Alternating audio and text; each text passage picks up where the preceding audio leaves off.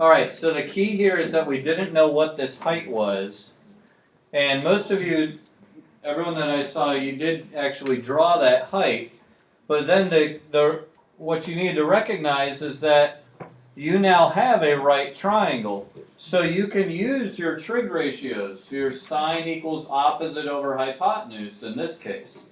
Alright, because you're trying to find the opposite here. You know the hypotenuse is 12, so as you're looking at angle 50, angle A, which is 50, you do sine of 50 equal to that height over 12. Okay? Then you found H by multiplying 12 by the sine of 50. Okay? I did the same thing and I got negative 3.1. You're in radians. Okay? And those of you with the Inspire particularly, yeah, you just need to go into your mode and set it to degrees. Okay? Those of you with the Inspire particularly, in this chapter, we're almost always going to be using degrees. Okay? So be careful. Make sure answers make sense. Like you got a negative, so you knew something was wrong. Alright, and if you get something strange like that, most likely it's going to be a radian and degree type of thing, especially if you're using the Inspire. On the Inspire, remember the scratch pad defaults to radians. Okay? So just get used to going into a document not using the scratch pad. Alright? So when you do this, you can then plug it into your area formula. Area equals the base, which we knew was 10, times the height, which we now know is 12 times the sine of 50, all over 2. And that does give you 45.96. Okay? One other comment I'll make right now, and this applies both now and for as we're doing these in the future,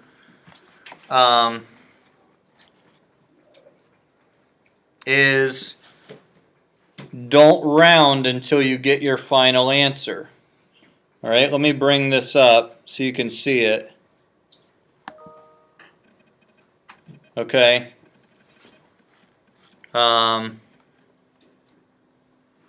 I'm going to zoom in here, and hopefully we'll be able to actually see what's on the screen. Samsung TI-84 Plus. Yeah. Well, this is that Wabbit EMU app. They don't have it for Apple, unfortunately, but they do have it for Android. So if you have an Android phone, you can not use it on your test, but you can at least have it for homework and stuff. All right. Notice when I'm plugging values in, I did some of this in my head. I did, 10 divided by 2 is 5 times 12 is 60. All right. So I did 60 times the sine of 50. Don't punch in sine of 50 and then just type in the first 3 decimal places or something. Okay? Make sure you actually put the full value in when you're calculating your answer. All right, 45.96. Then we round to the nearest 2 decimal places. There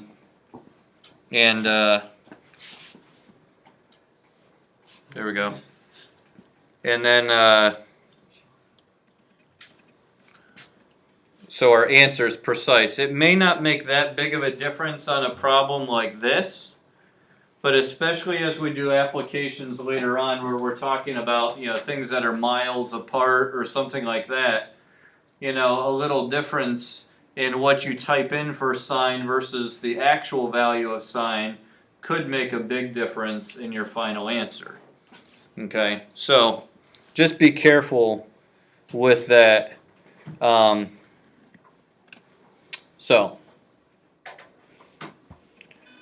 right. Now, I want to kind of take this the next step and actually look at what the main idea of our lesson today is on, and that is the law of sines. Okay. And to start out looking at this, I want to make sure that we all understand the directions. Many times throughout the chapter, it's going to ask you, or I'm going to ask you to solve a triangle. And I want to make sure everyone knows what that means right off the bat. Okay? What does it mean to solve a triangle? Find the solution. Get all the sides, like how much each side is. Okay. Find all three sides. Good. And all three angles. Obviously, you'll be given some of these, but you'll need to find whatever's missing. Okay? Solving a triangle doesn't necessarily mean finding the area. Okay? However, you may also be asked to find the area after that. And we're going to look at a couple of formulas for the area of a triangle that beyond just the base times height divided by 2 part. Okay? So, one of the keys here is, how can we relate sides and angles without right triangle trig? Because if you don't have a right triangle, you can't use right triangle trig. So initially we're going to examine this by making right triangles. And this is why I started with that area problem, because it got you used to the concept of dropping that height and then seeing it as two separate right triangles. Right? Now once we have our law of sines, we won't have to drop the height anymore. But this is what we're actually going to derive right now. We're going to derive the law of sines from this here. Okay? So what I want to do is to look at this as two separate right triangles. We have this triangle, and then we also have this triangle. And you'll notice kind of the common link between those two triangles is our height. So what I want to do is use some trig to write equations for both of those that involve h. Okay? And in this case, I'm going to use angle A and side C. And what equation could I write using side The sine of h? angle A is equal to h over c. Okay, good. The sine of angle A equals h over c. Okay?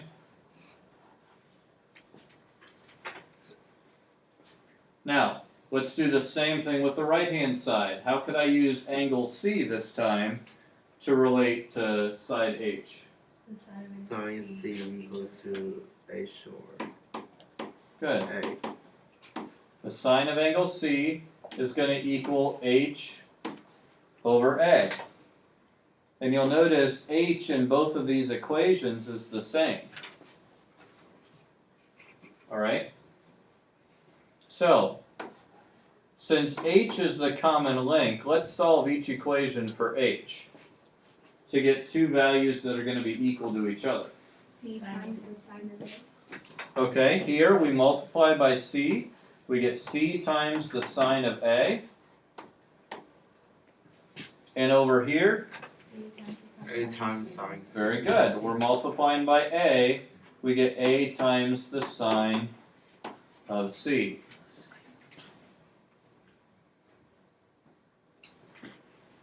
Alright, any questions so far? I'm not going to ask you to derive this again, but it's nice to know where this stuff comes from. Alright? We rarely really understand what we're doing when we're just given a formula and said, here, don't worry about where this all came from, just use it. Alright? Seeing where it comes from is helpful. Alright, so now what we're going to do is we're going to put these two together into one equation. We have C times the sine of A equal to A times the sine of C. And now what I want to do is I want to get the C's on the same side and I want to get the A's on the same side.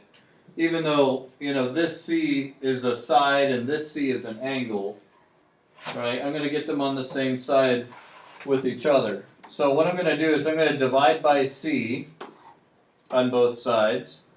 But to get the A over here with the A, I've got to divide by the A as well. Alright? So I'm really dividing by A times C.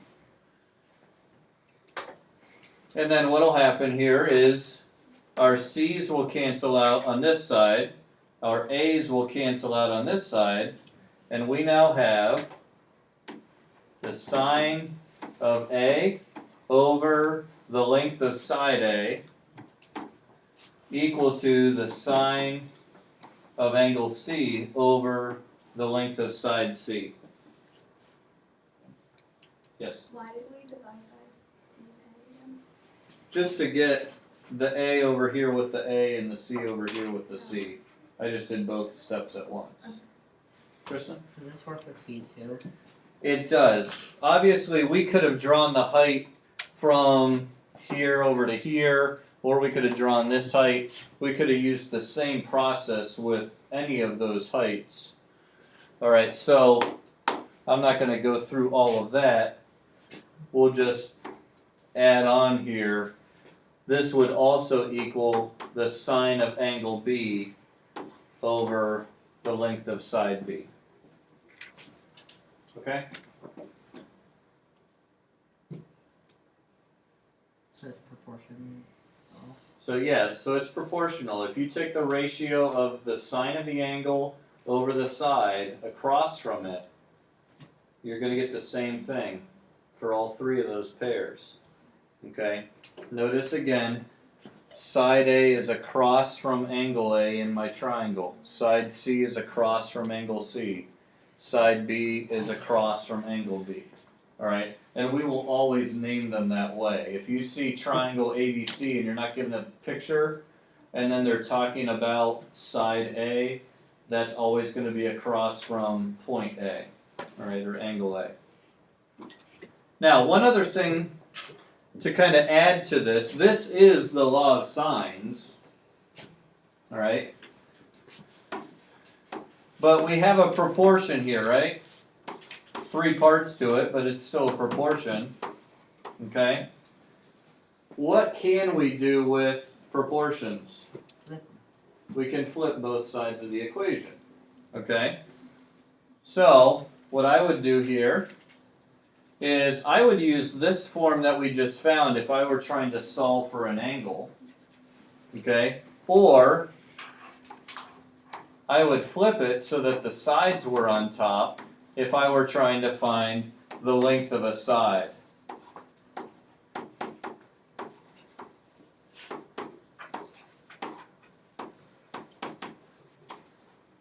Alright, so here is our law of sines in both forms, okay? And again, whatever you're trying to find, put that on top.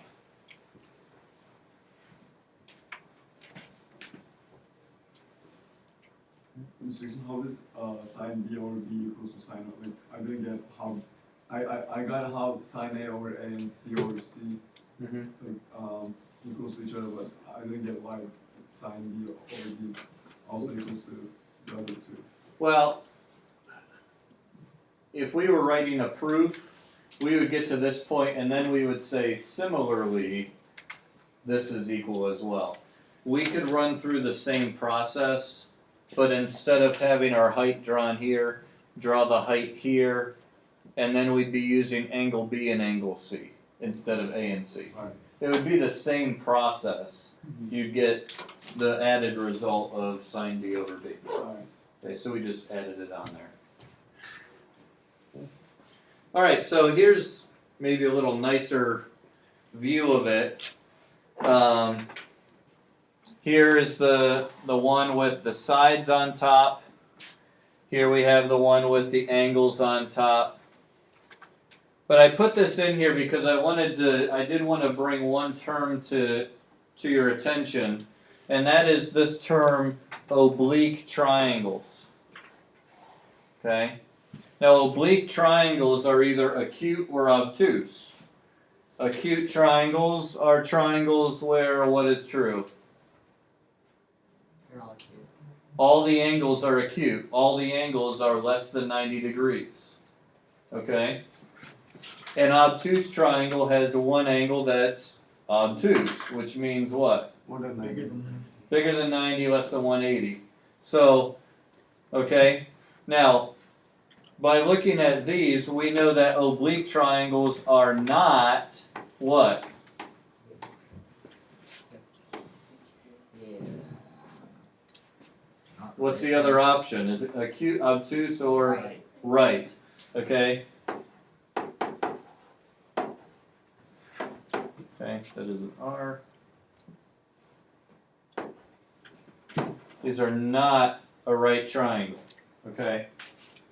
Now, could we use the law of sines for right triangles? Yes, we actually could.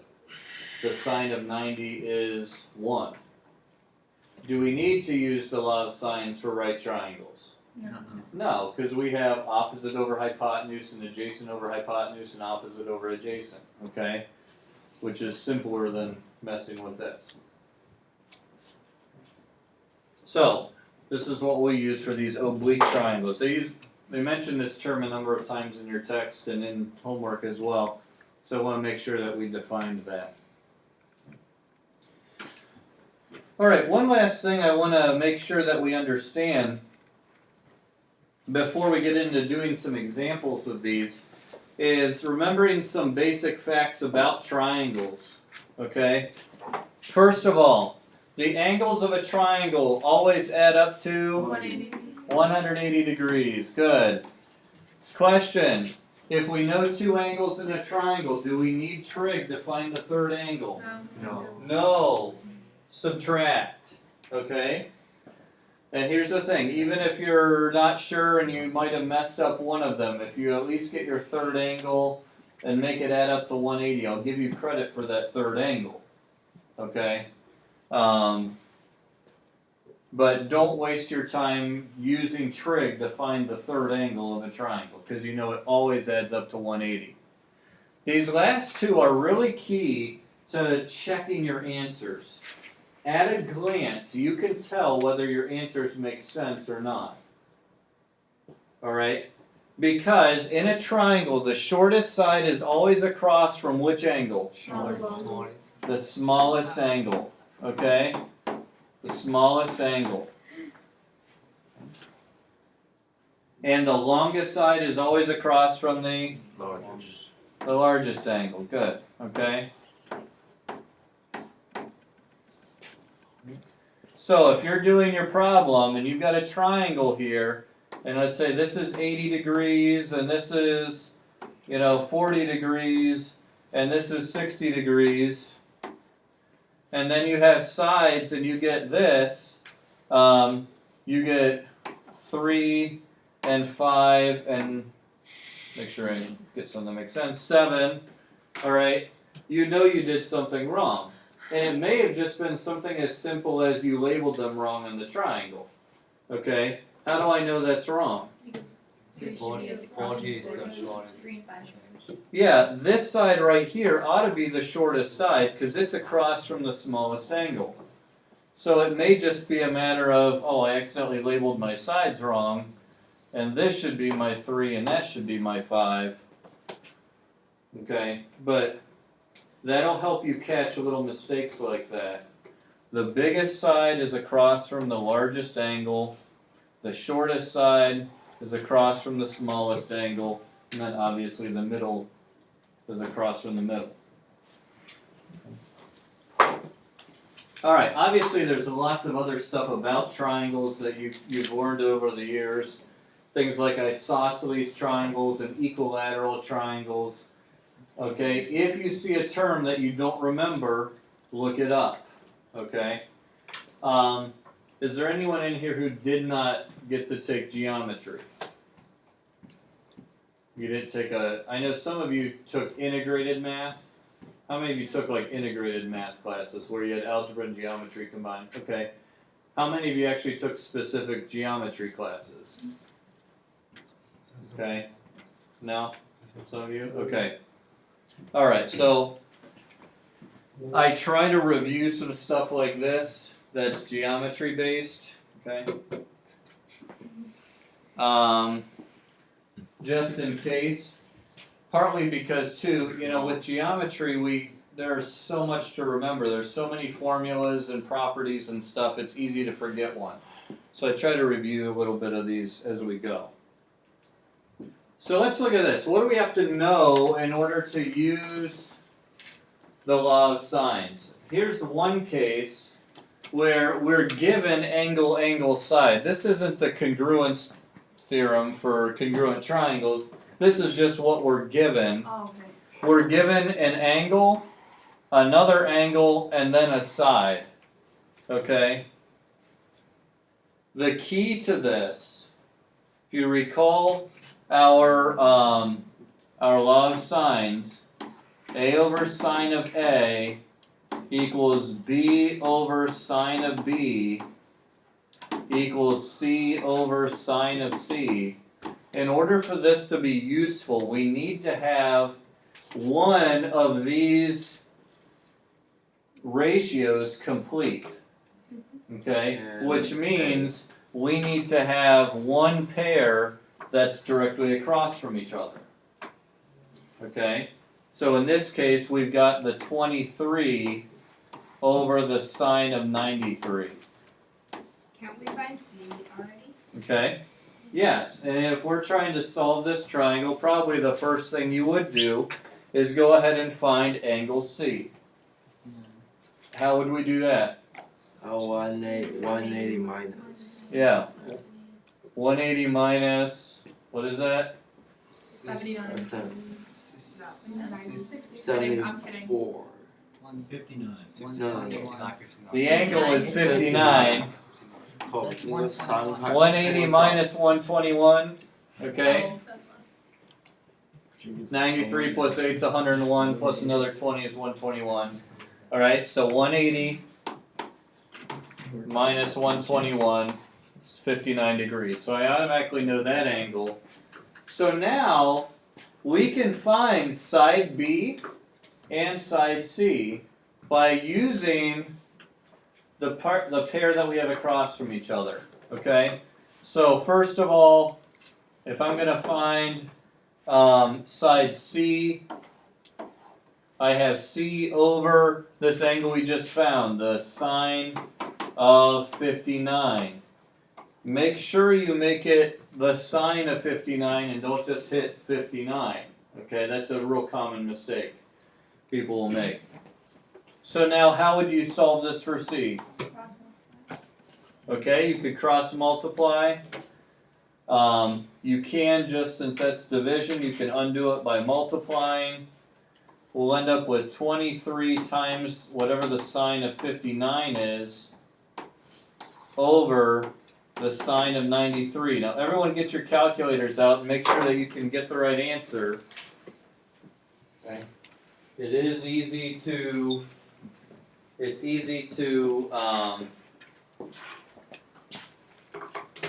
punch these in inaccurately, okay?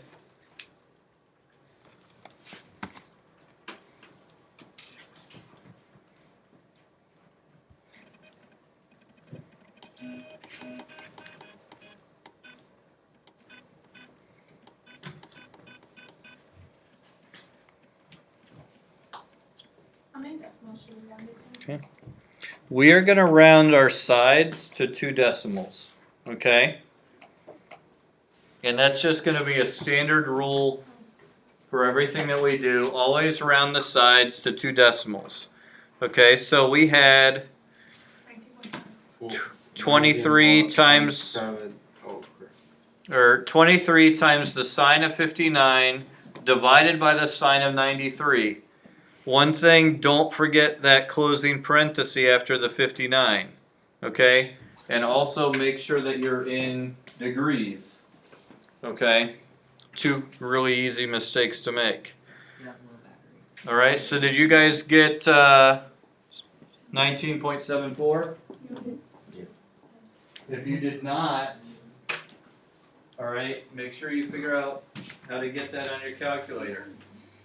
Alright, Oh, this is my calculator. you Sorry. got your calculator? Yeah. Okay. Is anyone not able to get 19.74?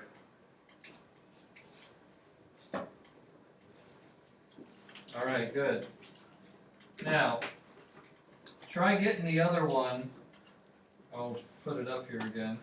See if I can get this untangled. Okay. Let's try getting side B, okay? Try getting side B now.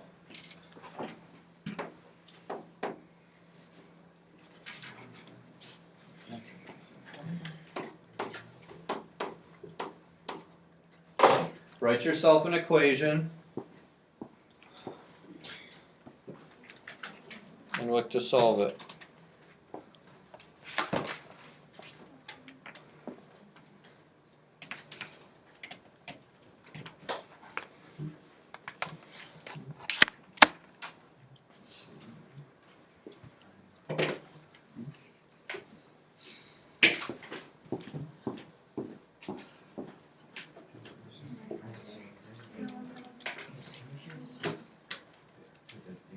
You can.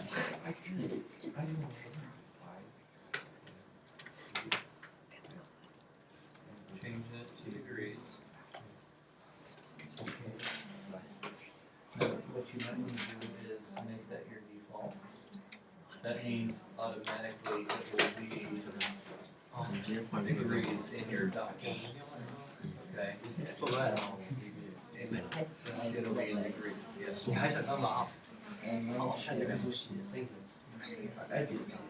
The scratch pad will still be in radians, but your documents will be in degrees. Okay. By the way, that might be an easy way, those of you with the Inspire, rather than changing your settings back and forth, just if you're doing a problem that's in radians, use your scratch pad. And if you're doing a problem that's in degrees, have your default settings to be degrees on your documents. And then you can just switch back and forth between the two. Alright, so what's our equation here for finding B? Sine A or sine A is to B or something. How about if somebody gives theirs? Who wants to give it? Alright, 23 over the sine of 93 equals b over the sine of 28. And then I ended up with 23 times the sine of 28 over the sine of 93. alright, good. B is 23 times the sine of 28 over the sine of 93. Now, could you have used 19.74 over the sine of 59? Yes. Yeah. Okay. As a general rule, I'd recommend using the stuff that you were given rather than the stuff you found, just in case you messed up. You know you're using correct values down here. Sometimes you won't be able to, and that's okay. But all right. So what do we get for B then? 10.81 Meters. All right, and yeah, this whole thing was in meters. So one thing I always do as well is I will write my answers on the triangle itself. 10.81. And C was 19.74 meters. Question, do our answers make sense? Yes. Yes. A is the biggest angle, so side A is the longest side. B is the smallest angle, side B is the shortest side. That makes sense. So we know we at least didn't just make any pushing the wrong buttons kinds of errors. Okay? I think you should switch the position of B and C. Yeah, if we wanted to draw it to scale, we'd probably we would switch B and C, but that's okay. All right, any questions about what we've done? Okay. Another pattern that you might be given is angle, side, and angle. We have two angles, and we know the side in between those angles. But you'll notice we obviously don't have a pair across from each other. So what can we do? Find the other angle, Yes. okay? These are the same two angles as the previous example, so we have to find that 59 degrees first. Now we have a pair across from each other, and that 9 over the sine of 59 is going to be the common link to finding A and B. Okay? So, someone tell me what I can write on the other side here. Okay, good. B over the sine of 28. Okay? So if we solve that, what do we get for B? Okay, we can get it first. 4.929. 4.929, so 4.93, okay? 4.93 meters. Okay, so far that makes sense, because angle B was smaller and we got something smaller than what side C was. Okay? Again, we'll use the 9 over sine of 59. What could I put to find A? Sine. Yeah. A over the sine of 93. Okay? What do we get for A then? 10.48? 49. 49. What does it round to? Okay, 9. 9. alright. So, and that makes sense as well in our answers, okay? Try some of those for practice. I gave you just a few, okay? And we'll see you tomorrow.